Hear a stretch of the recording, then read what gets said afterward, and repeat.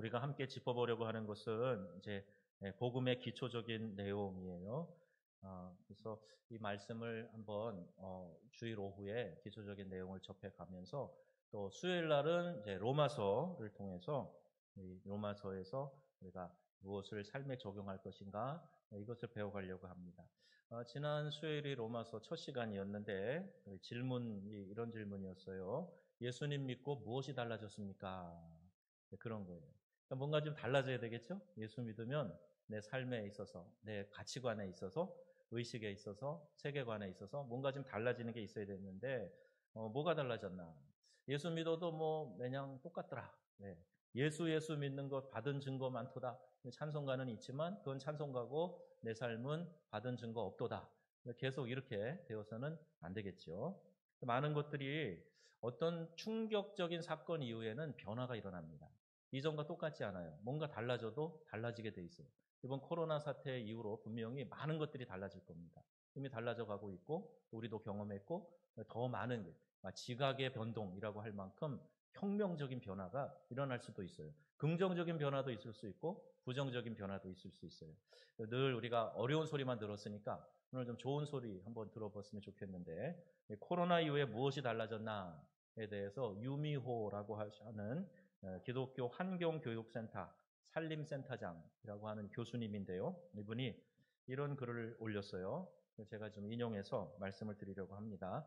코로나로 세상이 멈추니 덩달아 온실가스 배출이 크게 줄었다. 세계 최대 온실가스 배출국인 중국의 배출량이 4분의 1로 줄었다. 네, 여기까지만 들어도 신나지 않습니까? 네, 공장이 문을 닫고 자동차도 비행기도 운항이 줄면서 공업지역을 뒤덮고 있던 유해가스 구름이 거쳐 하늘이 맑아졌다. 이탈리아 베네치아에서는 관광객이 감소해서 수상택시 곤돌라의 운행이 줄면서 강물이 맑아졌다. 인도의 하늘이 맑아져 눈 덮인 히말라야 산맥이 드러났다. 인적이 끊긴 해변에는 멸종위기종인 바다거북들이 산란을 위해 수천 마리나 찾아들었다.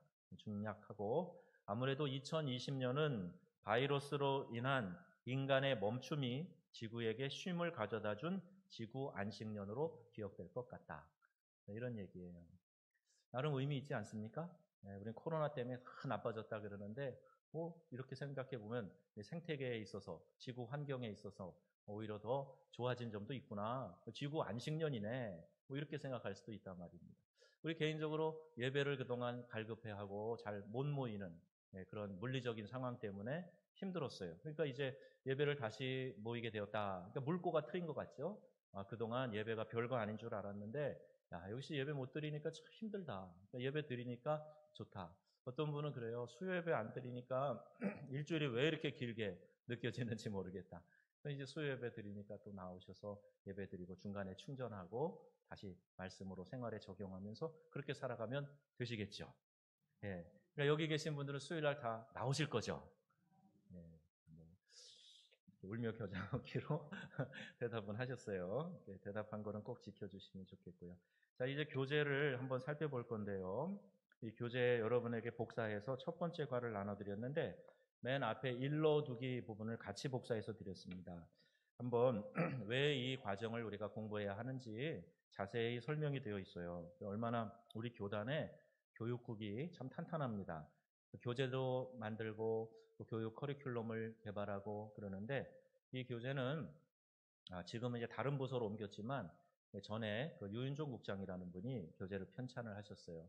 근데 장로교 통합 측, 우리 오늘 사모님이 계시는 목회하시던 통합 측, 거기가 기독교 교육이 가장 앞서 있는 교단 중에 하나인데 그 교단의 기독교 교육 교수님이 감수를 하셨어요. 그러면서 야 좋다, 통합 측에도 이런 교재가 나왔으면 좋겠다라고 찬사를 했던 그런 교재입니다. 근데 조금 과가 길게 돼 있어서 이거 언제 끝날까 생각하시지만 그러나 너무 쉽게 되어 있어요. 하나씩 하나씩 점검하게 되어 있어요. 그렇기 때문에 유익한 교재인데요. 이 교재는 첫째, 본 교재는 성인 양육을 위한 교재이다. 이렇게 되어 있어요. 두 번째는 앞에도 나와 있습니다. 그럼 집에 가서 찬찬히 읽어보시고요. 앞에 한번 보세요. 두 번째는 이 교재는 뭐를 위한 교재인가요? 평신도를 위한 교재. 우리 평신도는 일반 교인을 말합니다. 장로님들로부터 또 직분이 특별히 없는 분들까지 다 평신도라고 그래요. 이 평신도는 성직자를 제외한 모든 교인을 말해요. 그러니까 교회는 평신도들이 대다수입니다. 그리고 평신도들이 사역의 주체가 되어야 됩니다. 그러니까 제자훈련하는 교회는 목회자가 나서서 북치고 장구치고 다 하는 교회가 아니고 평신도들이 사역훈련을 받아서 평신도들이 사역하는 교회가 제자훈련으로 다져진 건강한 교회인 거예요. 그러니까 목회자에 의해서 모든 것이 이끌어지는 교회가 아니고 평신도 사역자들이 움직이는 교회가 돼야 되는 거죠. 근데 다 준비가 돼야지 사역을 하지 않겠습니까? 저는 여러분들에게 자꾸 사역하라고 그래요. 근데 아직 준비가 안 돼서 뭘 해야 될지도 모르겠고 어떻게 해야 될지도 모르겠고 목사님 다 알아서 하세요. 그렇게 하는 게 아니고 이제부터라도 하나씩 하나씩 우리가 점검하면서 훈련하면서 평신도가 평신도를 가르치고 이끌어가고 1대1 양육도 하고 큐티 세미나도 하고 여러분들이 학영삼, 하나님을 경험하는 삶도 가르치고 이러면서 전문적인 가르침들을 여러분들이 해나가는 거예요. 목장에서는 교제와 친교로 또 교회 안에 다른 소그룹들에서는 말씀 공부로 이렇게 나가야 되는데 이 교제가 바로 평신도들이 사역하도록 준비시켜주는 기초단계 교제다. 이렇게 보시면 되고 자, 세 번째 같이 읽어볼게요. 생명, 중생, 사랑, 성결, 회복, 신유, 공의, 재림의 신학적 설명이다. 그랬어요. 우리 여러분 전도 표제, 성결교단의 전도 표제 4개 뭐죠? 중생, 성결, 신유, 재림 이 4가지가 우리 성결교단의 사중복음 전도 표제 이렇게 이야기를 합니다. 그러니까 설교할 때, 전도할 때 이 4주제를 많이 강조하는 교단이 성결교회예요. 여기에 뭐가 4번째 뭐가 있어요? 재림이 있잖아요. 그러니까 예수님 다시 오신다. 지금 고난 중에 있지만 잘 참고 견디면 곧 예수님 오신다. 이 재림 신앙을 강조해가지고 우리 교단이 일제치하할 때 교단이 폐쇄됐어요. 강제로 해산당했어요. 그 재림은 소망을 주는 거거든요. 근데 정복자들은 우리가 이 백성이 소망을 가지면 안 돼. 일본이 다스리는 대로 가야 돼. 근데 자꾸 구세주 얘기하고 재림의 소망을 주니까 성결교단 문 닫어. 그래갖고 폐쇄가 됐거든요. 이런 재림의 신앙. 그 다음에 병 고치는 신유. 또 무엇보다 우리 교단의 이름처럼 성결. 성결한 하나님의 자녀들 돼야 된다. 성결. 거듭남, 생명을 얻는 중생. 이 4가지를 전도 표제로 했는데 요걸 요새 용어로 풀어가지고 그러면 어떻게 이 용어를 대치해 볼 수 있겠냐. 너무나 신학적이고 사변적인 용어로 느껴질 수 있으니까 요새 우리가 사용하는 용어로 이 4가지 주제를 한번 만들어 보자. 그래서 만든 게 생명, 사랑, 회복, 공의라는 개념이에요. 이해가 되셔요? 왜 가로 안에 그게 있는지 알겠죠? 예, 그러니까 여러분이 생명 그러면 그건 거듭남 중생 얘기구나. 사랑 그러면 그건 성결에 대한 얘기구나. 회복 왜 성결이 왜 사랑이에요? 예, 온전한 성결에 이르면 그리스도의 사랑으로 풍성하게 되는 거기 때문에 사랑을 성결로. 그럼 신유 그건 회복이에요. 재림 그것은 하나님의 심판과 공의. 그래서 이렇게 4단어로 현대 언어로 재해석을 한 겁니다. 근데 예수를 따르는 삶은 이 4주제를 2번 반복해요. 그러니까 생명, 사랑, 회복, 공의가 1, 2, 3, 4단원이 되고 그 다음에 또 생명, 사랑, 회복, 공의가 5, 6, 7, 8단원이 되는 거예요.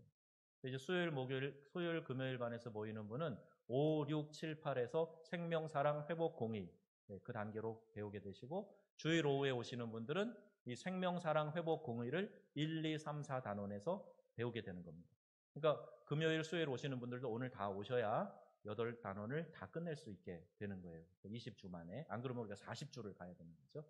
자, 4번째 보세요. 4번째 읽어보겠습니다.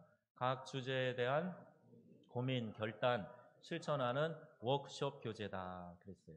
자, 이제 이게 강의자의 능력 수준이 이제 여기서 나오는 겁니다.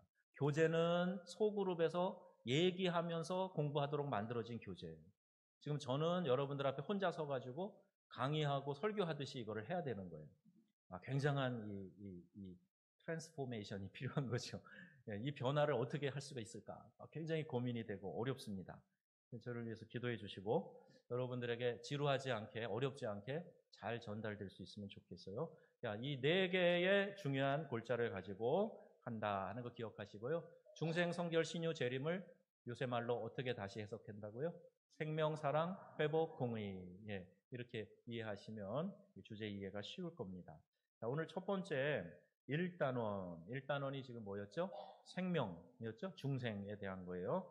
네, 중생, 거듭남. 이 이야기는 여러분이 많이 들으셨지만 이 중생 거듭남을 구원받은 삶이다. 이렇게 말씀할 수가 있어요.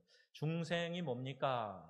그러면 중생이란 성경 말씀 디도서 3장 5절 말씀을 바탕으로 해서 우리의 행한 바 의로운 행위로 말미암지 아니하고 오직 그의 긍휼하심을 쫓아 중생의 씻음과 이렇게 되고 있죠. 그러니까 중생 거듭남은 나의 의로운 행위로 말미암은 것이 아니다는 거예요. 그러면 뭐로 우리가 거듭나게 되었느냐? 오직 그의 긍휼하심을 쫓아서 난 것인데 이게 바로 은혜라는 거예요. 그래서 에베소서 2장 8절에서 10절에 너희가 그 은혜를 인하여 믿음으로 말미암아 구원을 얻었나니 이것이 너희에게서 난 것이 아니요 하나님의 선물이라 그랬어요. 그러니까 구원은 믿음으로 받는데 이 구원은 하나님의 선물인 거예요. 그러니까 내가 막 쟁취해서 얻어내는 것이 아니고 하나님이 그냥 선물로 주시는 거예요. 어린이날 되고 어버이날 되고 그러면 가족 간에 선물 주고받고 그러잖아요. 선물 줄 때 이거 얼마야? 그리고 선물에 대한 대가를 지불하는 게 아니잖아요. 그냥 받는 거죠. 예, 마찬가지로 구원은 하나님이 거저 주셨어요. 왜 선물로 주셨을까요? 그거는 돈이나 공로나 자격으로 얻을 수 있는 게 아니기 때문에 그냥 선물로 주신 거예요. 못 갚을 만한 1만 달란트 빚이 있기 때문에 그걸 평생 이래도 갚을 수 없어요. 15만 년 이래야 갚아요. 그러니까 어차피 못 갚을 거 내가 그냥 없다고 해줄게. 이렇게 탕감해 주는 것처럼 구원도 우리에게 우리의 노력으로 행위로 얻을 수 없기 때문에 하나님이 그냥 주신 겁니다. 그의 긍휼하심을 쫓아 주신 거예요. 그러니까 나는 구원받을 자격이 있어서 구원받았다. 요리 생각하시면 안 되고 나 같은 죄인을 하나님의 전적인 은혜로 그의 긍휼하심을 쫓아 나에게 중생, 거듭남을 허락해 주셨다. 이렇게 믿어야 맞는 거죠. 여러분 다 그렇게 고백하시지요? 다 그렇게 고백하시죠? 이 중생이 확실하지 않으면요, 여러분 구원이 보장이 안 됩니다. 아무리 오래 교회 나왔어도 내가 어떤 직분을 가졌어도 구원 못 받는 거예요. 마지막 주님 재림하실 때 밖에 내쫓혀져서 슬피 울며 이를 갈게 되는 겁니다. 종교의 모양만 갖추었지 그 성령, 그 심령은 거듭나지 않았기 때문에 거듭나지 못한 사람은 구원받을 수 없는 거예요. 똑같은 모양의 달걀이 있는데 무정란은 아무리 품고 있어도 병아리 안 됩니다. 수정란이 되어야 품고 있을 때 며칠이요? 21일인가? 네, 며칠 걸리죠? 20이요? 하여튼 병아리 되잖아요. 그죠? 네, 수정란이 병아리 되고 무정란은 병아리 안 됩니다. 아무리 품어 있어 온도 맞춰줘도 안 됩니다. 마찬가지로 거듭난 그리스도인들만 구원받을 수 있는 거예요. 여러분 이 문제가 해결이 안 됐으면 다른 거 고민하지 마시고 먼저 내가 거듭난 하나님의 자녀인가? 내 안에 예수 그리스도가 계시는가? 이것부터 점검을 해야 되는 거예요. 에베소 2장 1절에 허물과 죄로 죽었던 우리를 예수를 믿음으로 우리를 살려주셨다. 사도행전 16장 31절. 그래서 다시 살아나서 생명을 얻게 된 겁니다. 중생은 예수 그리스도를 통해서 생명을 얻게 된 것을 말합니다. 자, 다 같이 중생은 예수 그리스도를 통해서 생명을 얻게 된 것을 말합니다. 여러분들이 해보세요. 중생은요, 예수 그리스도를 통해서 생명을 얻게 된 것을 말합니다. 자, 그런 의미에서 중생은 생명이라고 재해석된다. 그랬죠? 자, 이제 1단원, 우리 1단원의 책은 이 책 한 권이에요. 짧게 되어 있습니다. 이 책 한 권인데 여기가 5개 과로 되어 있습니다. 5개 과. 5개 과 중에 첫 과를 여러분에게 복사해서 드린 거예요. 이걸 책으로 그냥 다 갖고 싶으시면 말씀하세요. 어차피 책값은 여러분이 낼 거니까. 그래서 말씀하시면 주문을 해드릴 수 있습니다. 1과, 오늘 할 1과는 다 같이 나의 주 예수 그리스도. 중요한 거예요. 나의 주 예수 그리스도라는 고백이에요. 나의 주. 그러니까 그 주, 큐리오스. 예수님이 너의 주가 되는 건 아무 상관없고요. 아무 소용없어요. 나의 주, 나의 주. 예, 도마가 그렇게 고백했죠. 나의 주, 나의 하나님이십니다. 이게 유명한 고백이죠. 베드로는 뭐라고 고백했죠? 주는 그리스도시요 살아계신 하나님의 아들이십니다. 예, 이 두 대답이 너무너무 중요한 대답이에요. 베드로의 이 신앙 고백, 야 바요나 시몬아 네가 복이 있다. 이를 너에게 알게 하니는 이 혈육 친척 골육이 아니고 성령이 너에게 알게 해주신 거다. 그러면서 너의 그 고백 위에 내가 교회를 세우리니 음부의 권세가 미치지 못할 것이다. 내가 땅에서 매면 하늘에서도 매일 것이고 땅에서 풀면 하늘에서도 풀릴 것이다. 이런 축복을 받았어요. 여러분 이렇게 신앙 고백 말 한번 잘 해가지고 주님께 인정받고 축복받는 역사가 있는 걸 믿으시기 바랍니다. 그런데 이 선언이 중요한 거예요. 그리고 나서 이제 도마가 의심 많은 그 도마가 예수님 부활 못 믿다가 그때 그랬잖아. 내가 직접 만져보지 않고 내가 안 믿겠다. 예수님이 나타나 주시고 야 여기 창자국 옆구리에 손 넣어봐. 여기 못자국 만져봐라. 그리고 본 것으로 그렇게 믿고 그러지 말고 보지 않고 믿는 사람이 더 복되다. 그 말을 하셨을 때 도마가 깜짝 놀랐죠. 그리고 확인해 보고 나서 나의 주, 나의 하나님이십니다. 이 고백을 했어요. 여러분 안에 이 두 고백이 있으시죠?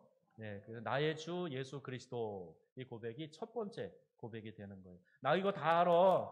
그러면서 지금부터 졸기 시작하시는 분 계시면 안 돼요. 이 중요한 거니까 여러분 정확하게 고백하셔야 되고 또 하나는 여러분들이 평신도 사역자로 훈련받는 거기 때문에 저랑 똑같이 다른 사람에게 이렇게 가르치셔야 돼요. 저랑 똑같이 이렇게 가르쳐 주셔야 돼요. 어렵지 않잖아요. 내용 다 있잖아요. 그러니까 그리스도인이라 그럴 때 크리스찬, 영어의 크리스찬, 우리말의 그리스도인 이걸 뭐를 뜻하는 것이냐? 자, 거기 뭐라고 되어 있어요? 예수님이 하나님의 아들이며 나를 구원할 그리스도임을 고백하는 자. 잠깐. 그게 바로 그리스도인이라는 뜻이에요. 네. 그러니까 그리스도인의 전제는 예수님이 하나님의 아들, 나를 구원할 분. 이렇게 고백하는 사람이에요. 또한 거기까지만 고백해서 끝나면 안 돼요. 우리 한국 교회가 7, 80% 여기에 머물러 있어요. 그 다음에 또한 뭐예요? 예, 매일의 삶의 주인으로 예수님을 고백하는 사람이 그리스도인이란 말이에요. 그러니까 교회 와서는 그리스도인인데 밖에 나가서는 안 그리스도인. 예, 그런 사람들 때문에 안티크리스찬들이 많아지는 거예요. 교회에서도 그리스도인, 밖에 나가면은 더 그리스도인. 매일의 삶에서 그리스도를 내 삶의 주인으로 고백하는 사람이 바로 그리스도인이라는 겁니다. 그러니까 첫 번째 과에서는 나의 주 예수 그리스도에 대해서 우리가 오늘 좀 하나씩 짚어볼 거고, 두 번째 과 그리스도를 기억하라 그랬어요. 하나님의 말씀을 삶의 기준으로 삼고 사는 사람, 특히 예수 그리스도의 죽으심과 부활, 그를 통한 하나님의 사랑을 늘 기억하며 사는 자, 그런 사람이 되어야 된다는 거예요. 그게 두 번째 과에서 다음 주일 오후에 함께 공부할 거고, 세 번째 과 다 같이 읽겠습니다. 나는 죄인으로소이다. 내 죄를 고백하는 거예요. 내 생명을 자기 의로 얻는 것이 아니기 때문에 그리스도인은 겸손히 하나님의 긍휼하심을 의지하며 하나님께 나아가는 자가 되어야 된다 하는 거죠. 자, 4과는요. 십자가에 못 박아야 할 것들. 내가 죄인이라고 고백을 했다면 그냥 그렇게 퉁 쳐가지고 나 죄인이에요. 그렇게 하지 마시고. 우리가 회개 기도를 한다 그럴 때도 주님 알게 지은 죄, 모르게 지은 죄, 옛날에 지은 죄, 지금 지은 죄, 앞으로 지을 죄 다 알아서 용서해 주시기 바랍니다. 그럼 그 사람 정말 회개했을까요? 그건 아니에요.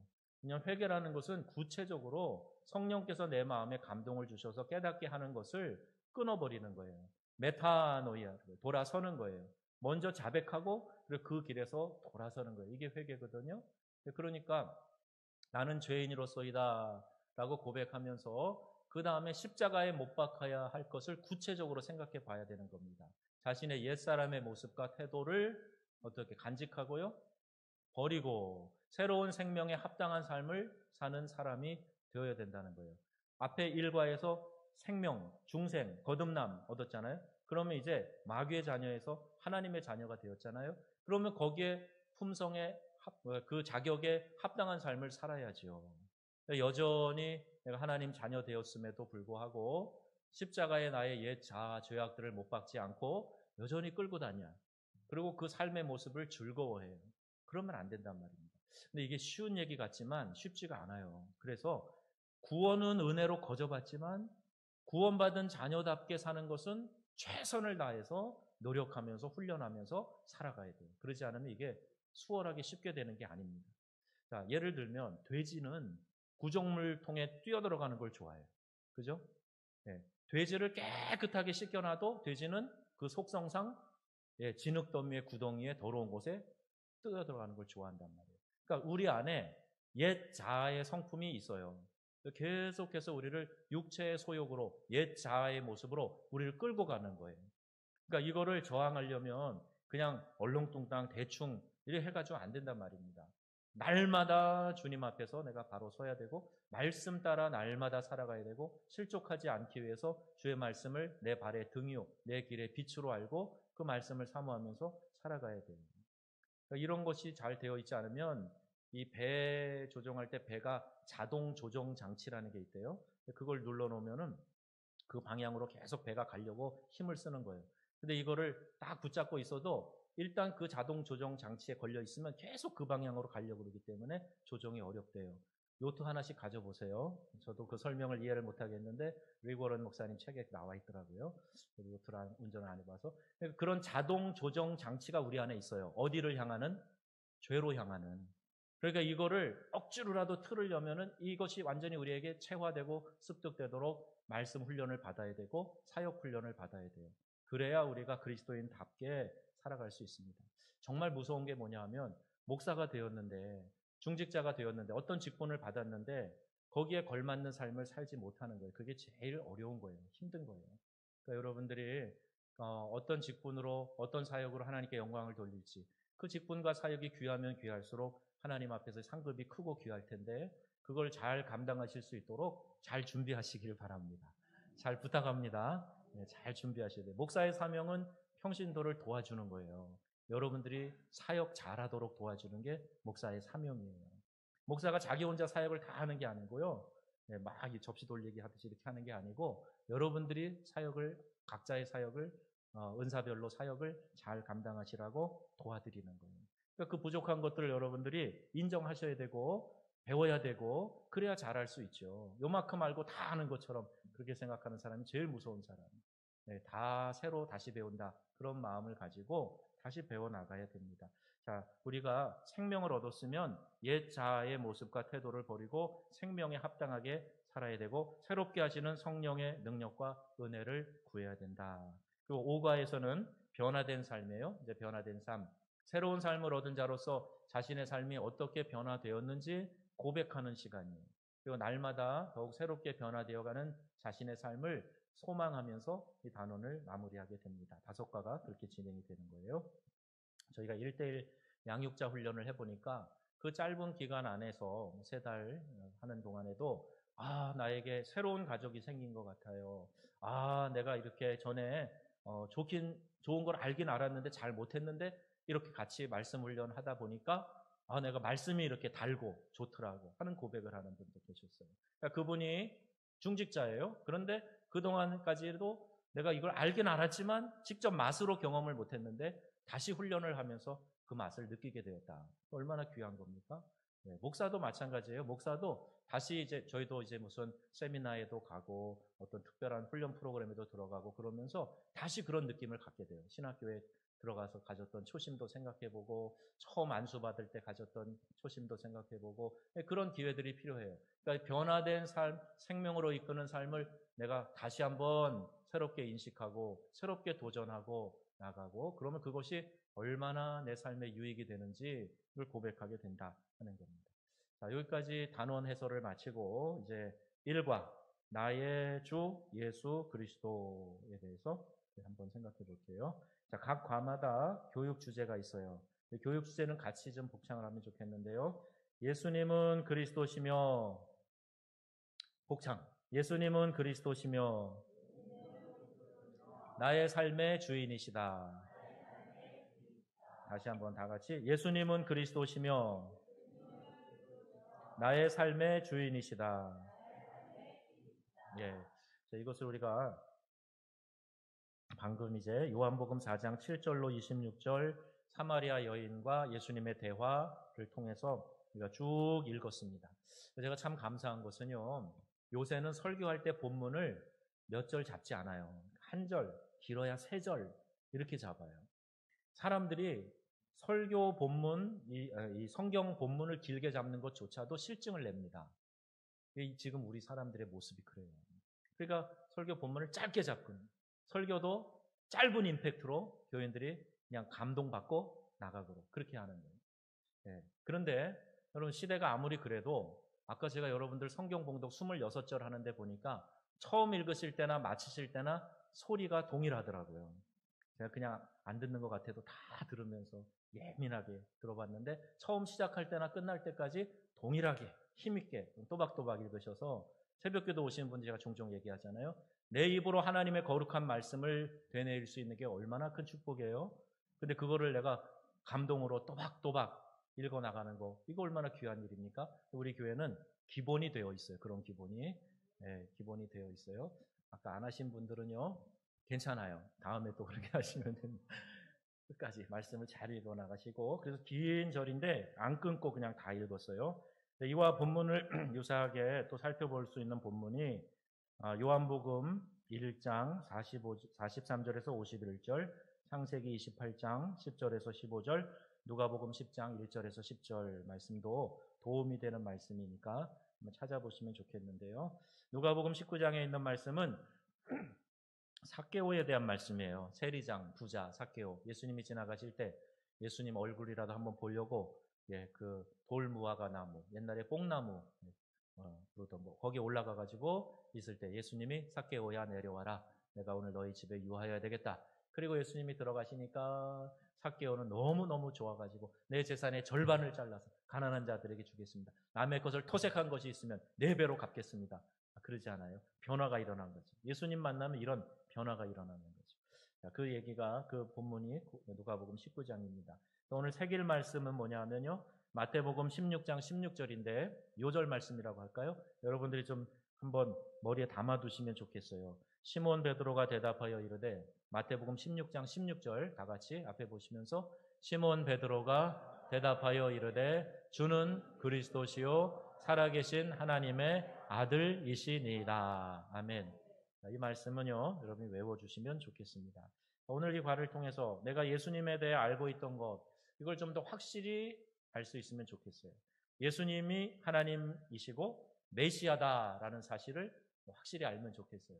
예수님이 나의 삶과 어떤 관련이 있는가 이것을 알고 고백하면 좋겠습니다. 자, 이제 하나씩 보겠습니다. 말씀 이해라고 되어 있는 여러분 교재도 보시면서 기독교인이 된다는 것은 예수님을 하나님의 아들이요 나를 구원하실 주님으로 알고 믿는다는 것이다. 그랬죠? 예, 그래서 예수님을 그냥 좋은 분, 훌륭하신 분, 위대한 스승, 혹은 메시아 중에 하나, 메시아가 아니라 선지자 중에 하나, 이렇게 이야기하는 거 아무 소용 없습니다. 그러니까 유대교 또 이제 이슬람교에서도 예수님에 대한 이해는 있어요. 그런데 오늘 우리와 같은 메시아로서의 이해가 없는 거예요. 그러니까 예수님을 메시아로 이해하지 않는 사람은 그 예수님을 구세주로 메시아로 내가 영접하지 않죠? 그러면 당연히 그에게는 구원이 없는 겁니다. 예수님이 어떤 분이시기에 그런가? 첫 번째 말씀 이해로 가서 하나님이신 예수님, 하나님이신 예수님. 빌립보서 2장 6절 말씀 뭐라고 되어 있어요? 빌립보서 2장 6절 말씀 함께 읽어보겠습니다. 하나님과 동등됨을 취할 것을 여기지 아니하시고 아멘. 이렇게 되어 있는데요. 자, 한번 보세요. 여러분에게 이 나눠드린 복사물에도 나와 있는데 아래 질문을 읽고 해당하는 곳을 체크해 보세요. 그랬지요. 우리나라의 대통령 누구인지 알고 있습니까? 성함도 혹시 아시나요? 예, 알고 있어요. 옆집에 사는 이웃을 알고 있습니까? 예, 혹시 그분 성함도 아세요? 예, 모르는 분도 있고 아는 분도 있고. 예. 자신의 엄마 혹은 가족을 알고 계시나요? 예. 이거 아니요 그러면 기억 상실이 예수님에 대해서 알고 있나요? 예. 자, 근데 잘 보세요. 안다고 할 때 이 안다라는 의미가 각자의 생각이나 입장에 따라서 또 그와 나의 관계에 따라서 알다는 이 단어 자체가 다르게 적용될 수 있다 하는 겁니다. 그렇죠. 여러분 대통령 아시지만 대통령은 여러분 아세요? 여러분 모르세요. 이번 대통령 말고 앞에 대통령은 제가 이제 만나 뵀는데 그 앞에 대통령 만나 뵀는데 그래봐야 뭐 알겠어요? 예. 그냥 뭐 어느 교회 목사입니다. 이 정도. 예. 그거 금방 잊어버리셨겠죠? 그 정도 아는 거, 뭐 안다고 할 수도 없어요, 사실은. 근데 그나마 통성명도 안 해본 사람들이 대부분일 거예요. 근데 우리는 대통령을 안다 그래요. 안다고 그래요. 나 대통령 알아. 근데 그렇게 아는 거하고, 자, 보세요. 엄마, 아빠를 여러분 알죠? 엄마, 아빠를 아는 거하고 같습니까?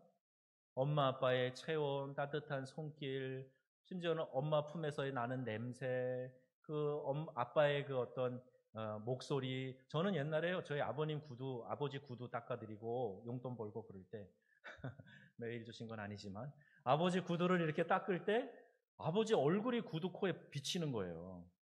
얼굴이 보여, 아버지 얼굴이. 왜 그럴까요? 아니, 그게 아니고, 구두에 아버지 얼굴이 보인다니까요? 그러니까 아버지 얼굴이 나한테 딱 새겨져 있는데, 이게 아버지 구두구나 생각해 보니까, 구두에서 아버지 얼굴이 느껴지는 거죠, 느껴지는 거. 예, 그러니까 그만큼 친숙하다는 거예요. 아버지 목소리나 말투나, 또 이렇게 할 땐 이렇게 하시겠지? 하는 것에 대한 반응이나, 이거 난 너무 잘 알아. 그러니까 아버지에 대한 알매 깊이가 다른 거죠. 그러니까 여러분, 예수님 안다 그러셨죠? 예수님 얼마큼 아세요? 느껴지세요? 네, 구두에 아버지 얼굴이 보이는 것처럼 상세하게 느껴지세요? 예수님이 하시는 이 말씀이 음성처럼 나에게 막 들려오세요? 어떤 때는 아니야, 하지 마. 그렇게 하신다네. 어쩔 때는 잘했어. 하시는 그 주님의 위로나 이런 게 느껴지세요? 그게 잘 느껴지는 분은 예수님을 그만큼 친밀하게 아시는 분. 그게 잘 안 느껴지시는 분은 잘 모르는 분. 그리고 우리가 말씀 묵상하면서 그 안에 예수님을 더 깊이 알아가는 그런 훈련이 필요하다는 거예요. 자, 두 번째 보세요. 나는 지식적으로 예수님에 대해서 알고 있는 편입니까? 아니면 체험적으로 예수님을 알고 있는 편입니까? 자, 이렇게 되어져 있어요. 제가 이 교재를 보면서 너무 껑충 앞으로 들어간 것 같기도 한데, 저희가 시간이 많이 없어서 일단 가겠습니다. 아까 제가 조금 설명을 더 드릴게요. 이제 이 질문 갖고 다루기 전에 예수님은 하나님의 아들이시다. 그래서 빌립보서 2장 6절 읽었죠. 그 다음에 요한복음 2장 24절, 25절 말씀에 보면 예수님께서는 그가 친히 사람의 속에 있는 것을 아셨습니다. 예수님은 사람들을 그 속까지 다 알고 계신다 하는 거예요. 그러니까 사람들 앞에서는 요새 유행하는 단어 코스프레. 이게 어디서 시작되는지 모르겠지만 남들한테 이렇게 행세하고 보여지는 거. 사람들은 주로 그걸 보죠. 그런데 하나님은 그 중심을 보신다 그랬어요. 그러니까 예수님도 그 사람 속에 있는 것을 아세요. 그러니까 가룟 유다가 예수님을 팔아넘길 마음을 갖고 그 최후의 만찬 자리에 왔을 때 예수님이 말씀하셨어요. 나와 함께 그릇에 손을 넣는 자다 말씀하셨어요. 가서 네가 생각했던 대로 해라 말씀하셨어요. 그런데 가룟 유다는 내가 이렇게 품고 있는 생각을 저분이 아무리 신통해도 알 수 있을까? 이런 마음 가졌겠죠. 그런데 예수님은 다 알고 계신단 말이에요. 알아도 모르는 채 하시겠지만 알고 계신다. 그게 예수님이 갖고 계신 신성 때문에 그래요. 우리가 예수님을 히브리서 7장에 보면 대제사장, 그리고 거룩하고 악이 없으시고 더러움이 없고 죄인에게서 떠나 계시고 하늘보다 높으신 분이다.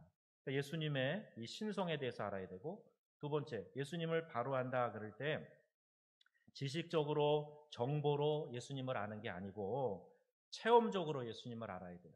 지식적으로도 예수님을 알아야 되죠. 하나님을 더 깊이 알아가야 돼요. 하나님에 대해서 더 깊이 알아가야 돼요. 우리가 여호와를 힘써 알자 그러지 않았습니까? 여호와를 더 알아야 돼요. 힘써 알아야 돼요. 그런데 지식으로 아는 것다가 아니라 체험적으로 예수님을 알아야 돼요. 아까 말한 대로 교제함으로 예수님을 느껴야 돼요. 또 사마리아 여인과 예수님에 대해서도 보면은요, 자, 이 대화가 발전되어 가는 걸 볼 수가 있어요. 예수님은 참 대단한 심리학자 같아요. 그 여인과 이렇게 이야기를 나누실 때 처음에 이 여인이 예수님에 대해서 부르는 호칭이 뭐예요? 당신은 유대인으로서 이럽니다. 당신은 생물학적으로 볼 때 남자고, 당신 내가 보니까 유대인인데 어떻게 이 사마리아 땅에 들어와서 사마리아 여인인 나에게 말을 겁니까? 이게 무슨 수작이요?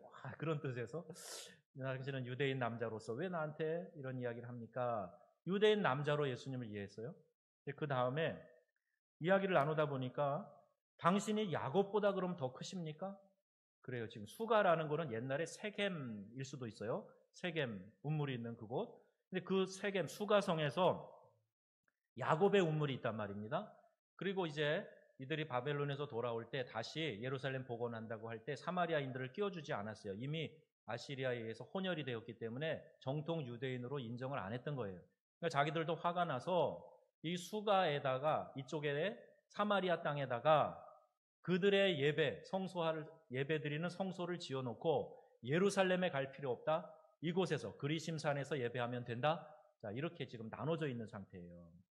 유대인은 사마리아인을 아주 개처럼 취급하고 사마리아인들은 나를 그렇게 취급하는데 유대인 좋아하겠어요? 싫어하는 거예요. 그러니까 유대인 더군다나 남자가 왜 나한테 이런 이야기를 합니까? 하다가 얘기하다 보니까 그러면 야곱의 그들은 야곱을 아주 존중하거든요. 자기의 예배 초소를 마련해 준 사람이니까. 그런데 그럼 당신이 야곱보다 크십니까? 이렇게 이야기하다가 이 여인의 과거사를 다 아는 걸 보니까 선지자네, 선지자로서이다. 이렇게 이야기를 했다가 그 다음에 이제 내가 메시아를 만났다. 마을에 그냥 물동이 버려두고 뛰어들어가서 내가 메시아를 만났다. 그러면서 전하는 증거자가 되지 않았어요? 그러니까 유대인 남자, 그 다음에 야곱보다 크십니까? 선지자네, 메시아. 이렇게 점차적으로 의식이 바뀌어져 가고 있잖아요. 우리가 예수님 만날 때요, 예수님에 대해서 이렇게 피상적으로 저 멀리서 알고 있던 그 예수님을 가까이서 알게 되고 그 중심에서 예수님은 메시아, 하나님의 아들, 나와의 관계에 있어서도 나의 구원자, 이렇게 깊이 들어가야 된다 하는 이야기예요. 자, 여기까지 해놓고 여러분에게 나눠드린 것을 보겠습니다.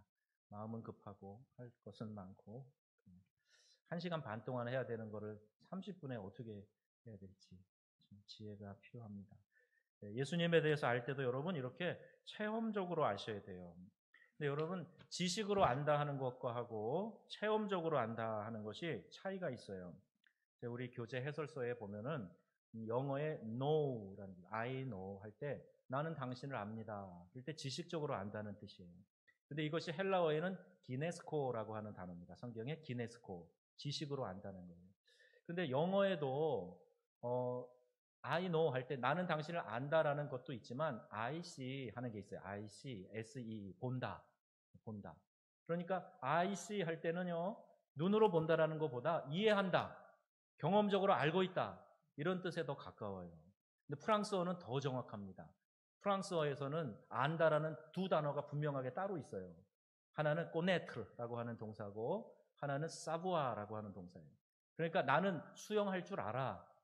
Je sais nage. 그러면 어떻게 되냐면 나는 수영할 줄 알아. 이 이야기는 수영에 대한 거 지식적으로 안다는 게 아니에요. 경험적으로 안다는 거예요. 할 줄 안다는 얘기예요. 나 권투할 줄 알아. 그러면 권투를 내가 직접 해보고 할 수 있다는 이야기예요. 지식적으로 안다는 게 아니에요. 마리아가 천사가 왔을 때 나는 남자를 알지 못합니다. 그럴 때 그 알다라는 말이 개념적으로 안다가 아니에요. 경험적으로 알지 못한다는 말이에요. 이 말의 구약성경 히브리어 단어는 야다라는 단어입니다. 그러니까 나는 남자를 야다 하지 못합니다. 그러니까 경험적으로 남자와의 관계가 없습니다. 그런데 어떻게 내가 아이를 가질 수가 있겠습니까? 그 이야기를 하는 겁니다. 그러니까 분명히 우리 성경에는 지식으로 안다와 경험으로 안다가 다르게 되어 있어요. 히브리적 사고에서는 지식만 갖고 안다는 것을 안다고 이야기하지 않습니다. 그러니까 야다의 암, 경험의 알을 이야기하는 거예요. 그러니까 여러분이 예수님을 안다 그럴 때 지식으로만 아는 것은 아는 게 아니에요. 경험으로 아셔야 되는 거예요. 예수님 그러면 그분의 사랑이 느껴져야 되고 십자가 고난 그러면 그 고난이 나에게 느껴져야 되고 예수님의 구원, 그러면 그 구원에 대한 감사와 감격이 나에게서 이렇게 일어나야 되는 거예요. 그래야 예수님을 안다는 거예요. 자, 여러분, 지식으로 예수님 알고 계세요? 경험으로 알고 계세요? 각자 한번 대답해 보세요. 예수님을 더 많이 경험하실 수 있기 바랍니다. 말씀을 들으며 배우며 삶에 적용하며 예수님을 여러분이 더 경험으로 알아가셔야 돼요.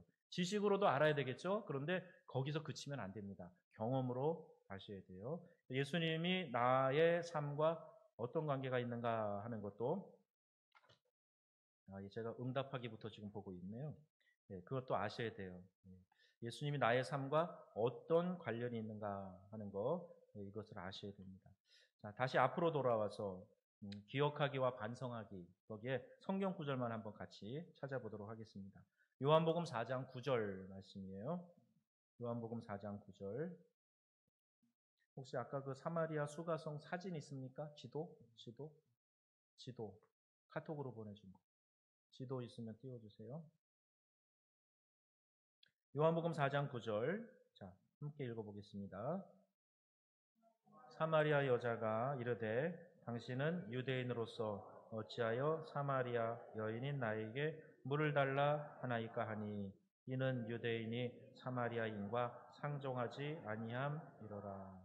네, 말씀드렸고 그 다음에 요한복음 4장 19절에 여자가 이르되 주여 내가 보니 선지자로소이다.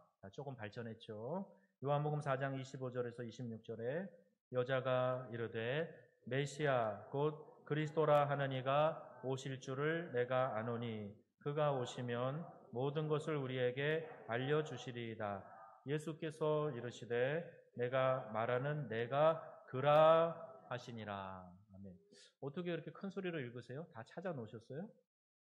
지금 화면에 안 비춰지는데 어떻게 다 성경을 이렇게 찾으시면서 지금 그러셨군요. 예. 비춰주시면 좀 더 편리할 것 같아요.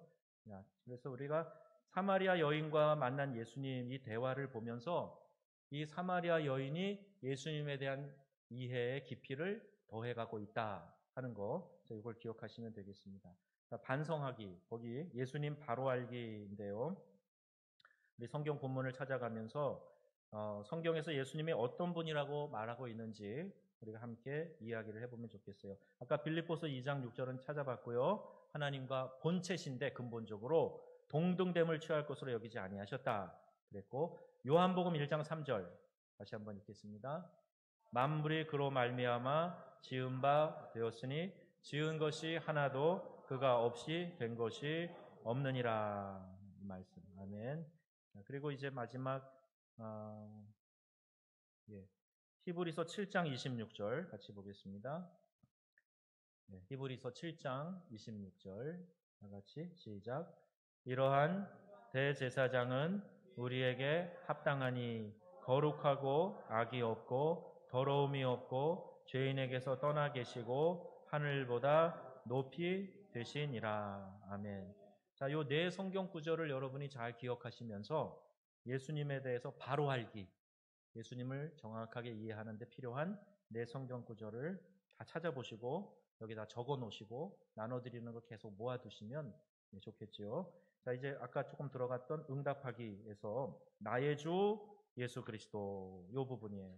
그러니까 이제 예수님이 하나님의 아들이고 구원자, 메시아이셔도 나와 상관이 없으면 안 됩니다. 주는 그리스도시고 살아계신 하나님의 아들이셔도 나의 주, 나의 하나님이 되셔야 되는 거죠. 나와의 관계에 있어서 어떻게 예수님이 나의 구원자, 나의 주님이 되실 수 있겠는가? 그건 여러분, 내가 사람이 마음으로 믿어 의에 이르고 입으로 시인하여 구원에 이른다. 이렇게 말씀하고 있죠. 로마서 10장 9절 10절 말씀도 기억하시고 또 요한복음 1장 12절 말씀, 영접하는 자, 곧 그 이름을 믿는 자들에게는 하나님의 자녀가 되는 권세를 주셨다 하는 이 말씀. 그러니까 여러분 이 말씀 붙들고 또 요한복음 3장 16절 이는 저를 믿는 자마다 멸망치 않고 영생을 얻게 하려 하심이라 하는 이 말씀을 붙들고 예수님을 나의 구원자로 내 마음 가운데 모셔드리는 거예요. 그러니까 하나님을 초청하는 거기 때문에 여러분 목사가 집에 신방 간다 그래도 집을 막 청소하시잖아요. 한 달 동안 묵었던 것 싹 정리하시고 집 정리하시고 그러시잖아요. 예, 그런데 주님, 하나님을 내 심령 가운데 초청한다. 그러니까 방 청소해야 되죠. 그게 회개하는 겁니다. 하나님 앞에 내 안에 이 더러운 것, 지저분한 것, 얽혀 있는 것, 매여 있는 것 다 풀어내고 씻어내고 버리고 그리고 주님을 내 마음에 받아들이는 거예요. 그래서 우리가 영접 기도할 때는 제일 먼저 회개 기도를 하는 거예요. 그런 이유로 주님, 저의 죄를 용서해 주세요. 예수님이 내 죄를 대신 지시고 십자가에 달려 돌아가신 것을 제가 믿습니다. 예수의 보혈로 정결케 하여 주옵소서. 이제부터는 내가 예수님을 나의 주, 나의 하나님으로 모시고 살아가겠습니다. 내 안에 들어와 주시고 지금부터 영원토록 나를 인도해 주시옵소서. 그렇게 기도하는 거예요. 여러분 그렇게 기도하면서 예수님을 초청해 보신 적이 있으신가요? 없으세요? 다 있으세요? 자, 한번 같이 기도해 보십시다. 정말 중심으로 다시 한번 기도할게요. 예수님, 저는 죄인입니다.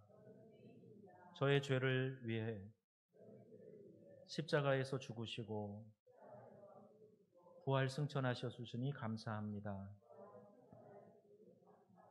예수님을 나의 구원자로 영접합니다. 저의 죄를 씻어주시고 이제부터 천국 가는 그날까지 나의 주인이 되어 주옵소서. 예수님의 이름으로 기도드립니다. 아멘. 자, 이렇게 중심으로 예수님을 내 마음에 초청했으면 예수님이 그 마음에 들어와서 그와 더불어 먹고 그는 나와 더불어 먹으리라. 계시록 3장 20절 말씀하고 있죠. 자, 이 말씀을 근거로 해서 내가 예수님에게 이제 응답하는 삶을 살아가야 됩니다. 예수님이 나의 삶에 어떤 관계가 되시는가를 생각하면서 우리가 함께 결단하고 그분을 주님으로 인정하고 그분이 나에게 말씀하시는 대로 또 나에게 명하시고 감동을 주시는 대로 따라가야 되겠다.